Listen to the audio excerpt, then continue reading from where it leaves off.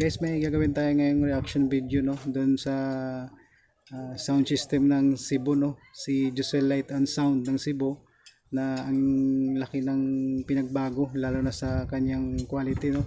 Iba na yung quality ni Josel Light and Sound.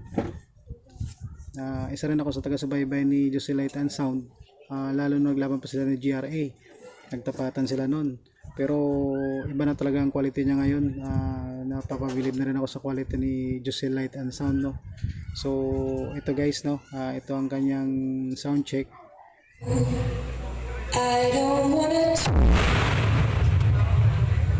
talk about the things we've gone through, though it's hurting. Now it's history. I've played all my cards, and that's what you've done too. Nothing more to say, no more ace to play. The winner takes all, the loser standing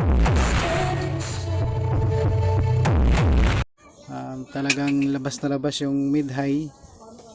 Yun talagang maganda sa sound kasi talagang clear siya. So yan pala guys ang ginagamit na power amp ni GLS no, halimaw no, mga halimaw, talagang lalaki no, tapos natataas ng wattage niyan.